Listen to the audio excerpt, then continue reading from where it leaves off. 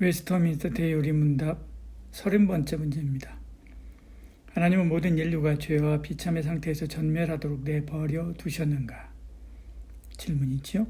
하나님은 모든 인류가 일반적으로 행위계약이라고 불리는 첫 계약의 불이행에 의해 떨어진 죄와 비참의 상태에서 멸망하도록 버려두지 아니하시고 그의 순전한 사랑과 긍휼하심으로 그 중에서 그가 선택한 자들을 구출하여 일반적으로 은혜 계약이라고 불리는 두 번째 계약에 의해 그들을 구원의 상태로 이끌었다. 이렇게 말씀합니다.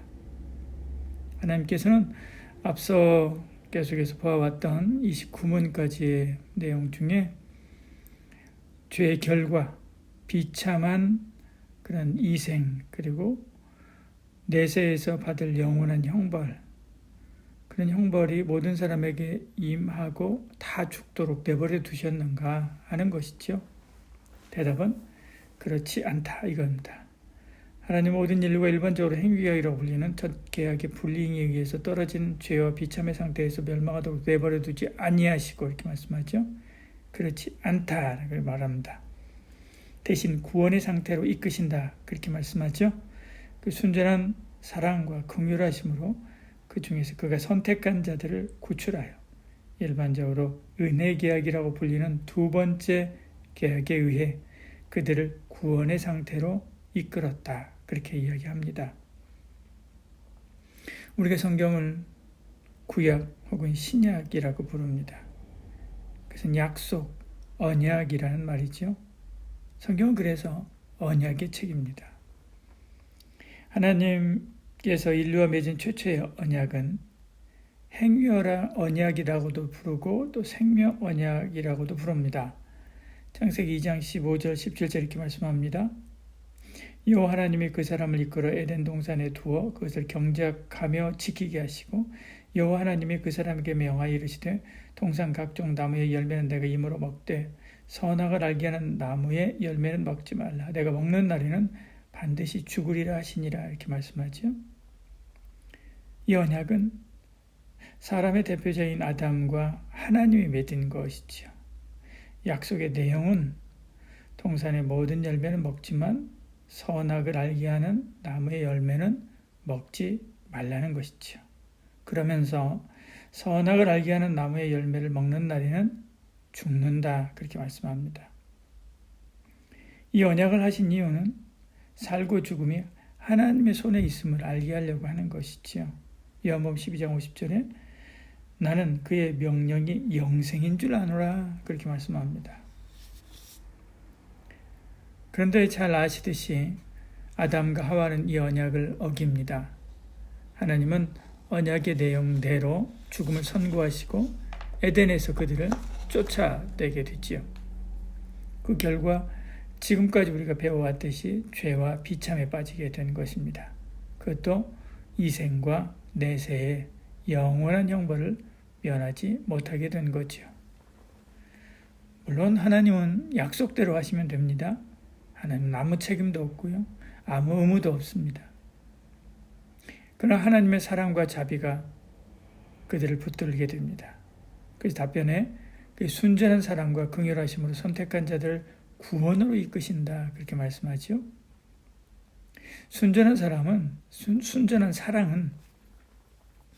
아무런 불순물이 없는 거죠.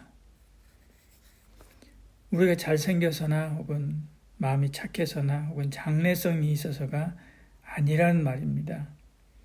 오직 하나님의 기쁘신 뜻에 따라 구원하시기로 작정한 것이지요. 만일 착해야 구원을 받거나 똑똑해야 구원을 받거나 장래성이 있어야 구원을 받는다면 우리는 순위에서 밀려났을 것입니다. 이런 것 저런 거 묻지도 따지지도 않고 순수한 마음으로 우리를 사랑하사 구원하시기로 작정하신 것이죠.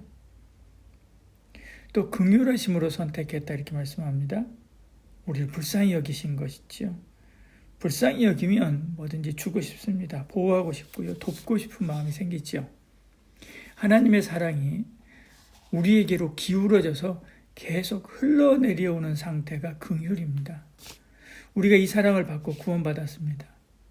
지금도 이 사랑 받고 있는 거지요. 그러므로 하나님을 사랑하고 그를 높이고 찬양하는 것은 당연한 것입니다.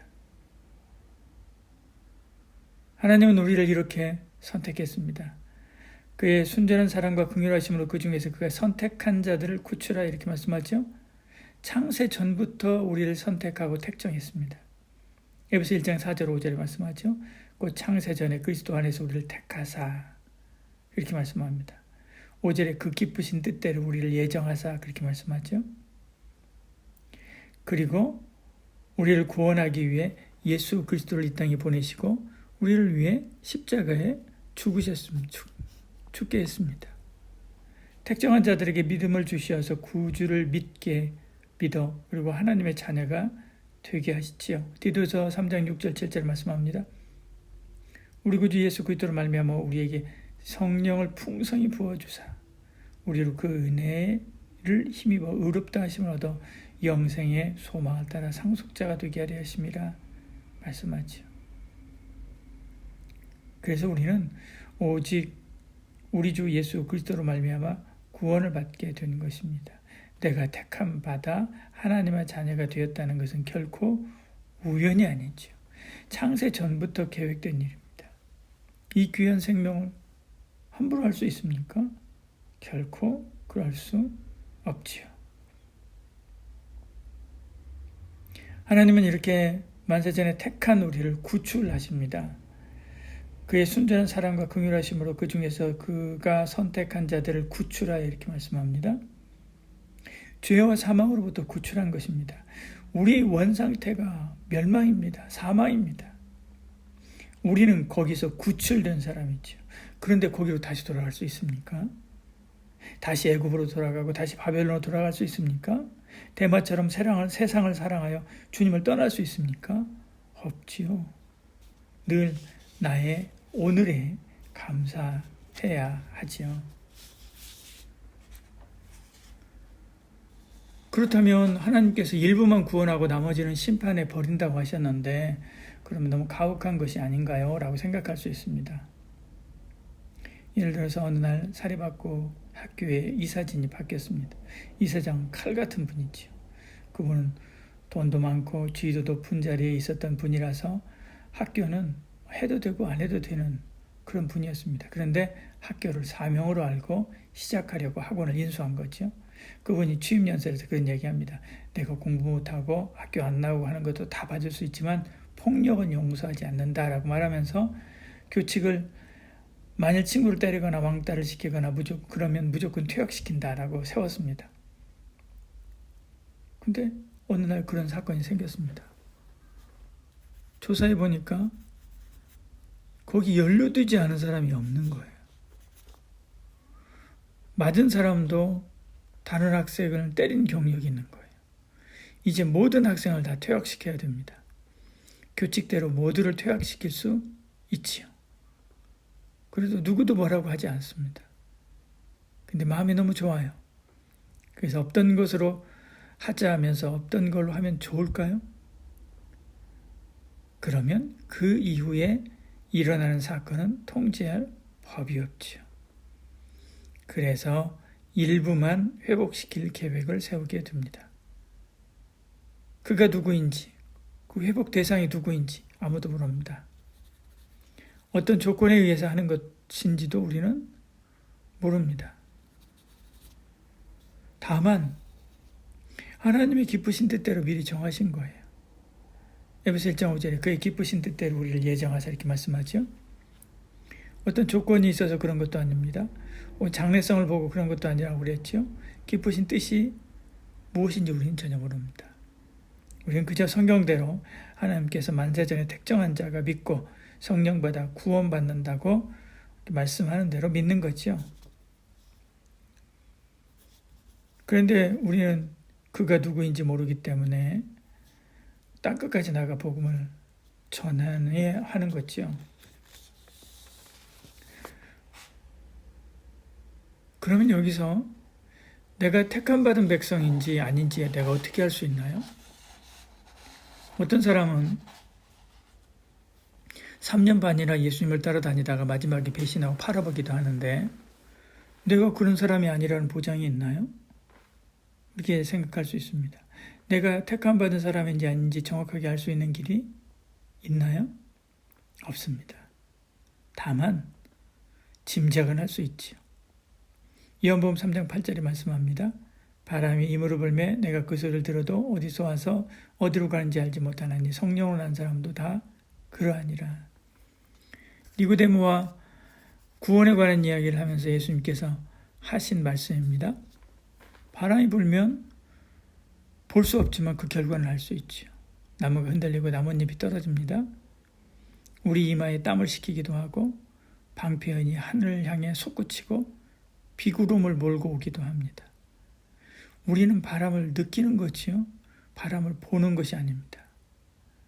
우리가 택함을 받았는지 아닌지 어떤 증명서는 없지만 예수님을 믿었을 때 내게 임한 성령 하나님의 사역을 느끼면 되는 거죠. 예전에 없던 가치 판단 기준과 감정과 행동이 일어납니다. 예전에 도둑질을 아무렇지도 않게 생각했는데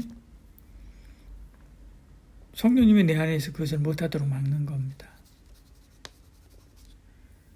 예전에 어른들이 기도하면서 아버지 한마디 하고 흐느껴 우는 것을 보고 도무지 이해를 못했는데 지금 내가 그러고 있는 거예요.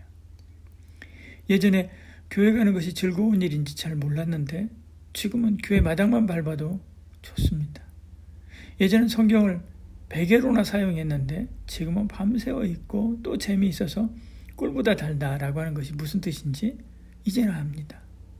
이런 것을 통해서 내가 성령 안에서 사는구나, 성령님이 내 삶을 이끄시는구나 라고 하는 것을 느끼게 되지요. 그러면 구원받은 것입니다. 성령이 아니고는 예수님을 구주라고 할 수 없기 때문에 그렇죠. 고린도전서 12장 3절에 말씀하지 않습니까? 내가 너희에게 알리노니 하나님의 영으로 말하는 자는 누구든지 예수를 저주할 자라 하지 아니하고 성령으로 아니하고는 누구든지 예수를 주시라 할 수 없느니라 이렇게 말씀합니다. 성령이 아니면 예수님을 구주라고 할 수 없고 구주라고 하지 않으면 구원받지 못하는 거죠. 예수를 구주라고 하는 것은 성령 받았다는 뜻이고요. 그것은 하나님의 택정함을 받았다는 뜻입니다. 이게 바로 내가 구원받았다는 증거지요. 이렇게 하나님께서 만세전에 구원하기로 작정한 사람을 구원하시기 위해서 하나님께서 두 번째 언약을 맺는데 그것이 바로 은혜 언약입니다. 다음 주는 이 은혜 언약을 누구와 맺었는가에 대한 부분들을 함께 나누도록 그렇게 하겠습니다. 기도하겠습니다. 사랑이 많으신 우리 하나님, 우리 가운데 함께 하시고 은혜 베풀어 주시사 주 안에서